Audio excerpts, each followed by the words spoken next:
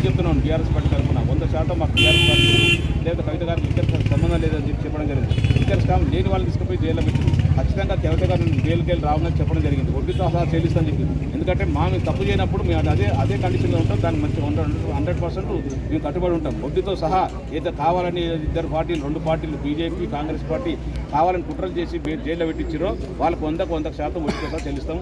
దాన్ని 100% ఇప్పుడు చేస్తాం. బీజేపీలో నేనేమంటానంటే కాంగ్రెస్ పార్టీకి సంబంధించిన సోనియా గాంధీ వాళ్ళది ఏదో సోనియా గాంధీని ఎంత గౌరవిస్తారో సోనియా గాంధీ గారు బెయిల్ మీద వచ్చారు, రాహుల్ గాంధీ గారు బెయిల్ మీద వచ్చారు, దాని చిదంబరం బెయిల్ మీద వచ్చారు, కలిమోల్ని బెయిల్ మీద వచ్చింది. అందరూ మరి ఎవరు కాలు మొక్కిరు? బీజేపీ వాళ్ళతో లాలించబడరా?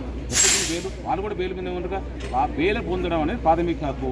ఏ నేరం చేయని వాడు బెయిల్ కొరకు ప్రయత్నం చేస్తాడు, బెయిల్ వస్తుంది కంపల్సరీ. నేరం నిరూపించలేదు కాబట్టి అక్కడ ఆపోజిట్ ఈడీకి సంబంధించిన సిబిఐకి సంబంధించిన ఎలాంటి ఆధారం చూపించలేదు కాబట్టి ఏదైతే ప్రధాన